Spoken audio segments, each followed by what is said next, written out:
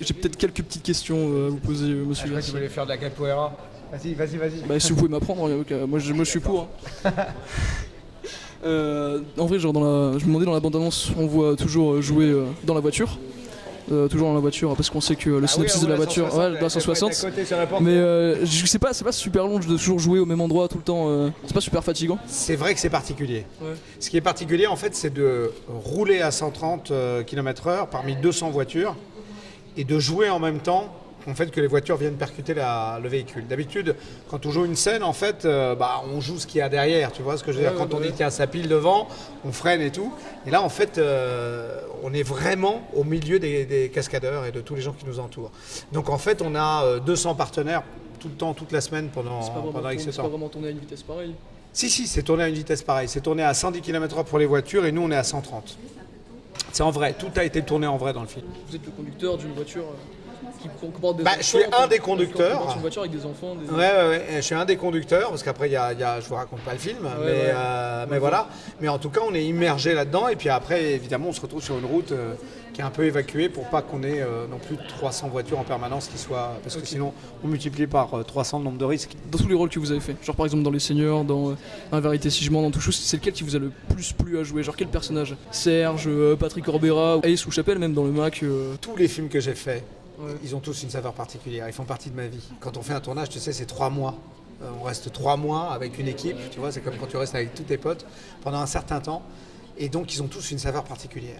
Et ils ont une saveur particulière pour plein de raisons. C'est-à-dire que soit tu as eu des moments humains absolument exceptionnels, soit tu as eu des rôles qui ont marqué ta vie, qui ont fait que tout d'un coup la gloire est arrivée, tu vois, comme Serge Benamou. Ouais. Serge Benamou, forcément, ça m'a encore plus propulsé dans le cinéma, et voilà.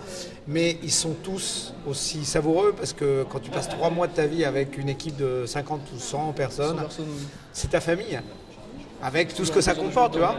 Et c'est une aventure humaine. Tous les matins, tu vois, avec tes amis, vous vous retrouvez, vous avez un projet. Quelquefois, tu réussis ton truc dans la journée. Quelquefois, tu as raté des scènes. Quelquefois, tu as pris des crises de rire monumentales parce que tu n'as pas réussi à aller jusqu'au bout. Voilà, tous ces films-là ont une saveur top. Okay. Ce qui est important, c'est qu'à chaque fois, ça soit plutôt bien passé. Il n'y a pas eu de grands problèmes dans les tournages? Ah si, des gros problèmes, c'est ça qui est drôle. Ouais. C'est ça qui est le plus marrant?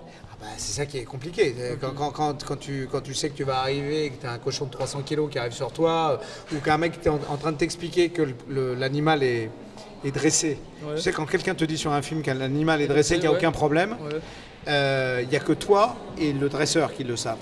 Mais l'animal, lui, il n'est pas du tout au courant, généralement. Donc au bout d'un moment, quand tout d'un coup, moi ça m'est arrivé, il y a un type qui m'a dit une fois, il a amené un berger allemand dans Gino, et il a dit t'inquiète pas, j'ai fait 3000 films, il n'y a jamais eu une histoire et tout. Et en fait, le chien devait arriver pour me tomber dessus. En fait, le chien m'a attrapé, il m'a baladé dans toute la cuisine.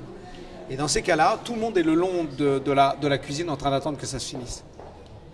Ah ok. Tu vois? Ouais, okay. C'est ça l'histoire. En fait, j'espère que ça te servira un jour. Si quelqu'un t'amène un lion ou un tigre et te dit t'inquiète pas, il est dressé, sache que si le lion il commence à te faire une grosse tête, personne ne bougera avant que le lion ait fini.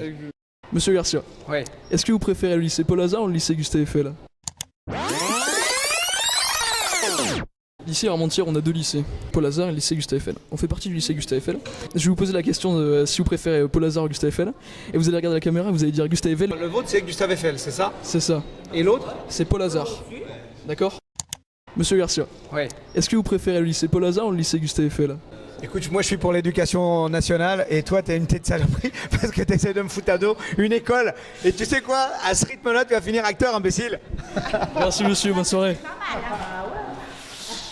Vous savez pas ce que c'est? À la douille.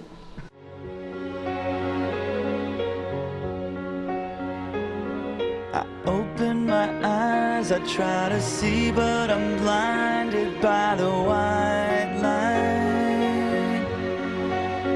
I can't remember how, I can't remember why I'm lying here tonight, and I can't stand the pain, and I can't make it go away. No, I can't stand the pain. How could this happen to me? I made my mistakes, got nowhere to run. The night goes on.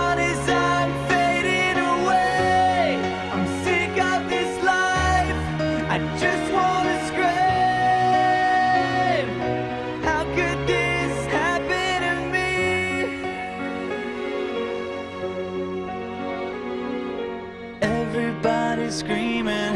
I try to make a sound, but no one hears me.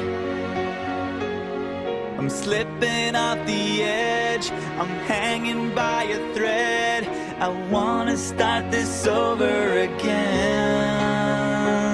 So I try to hold. À la douille.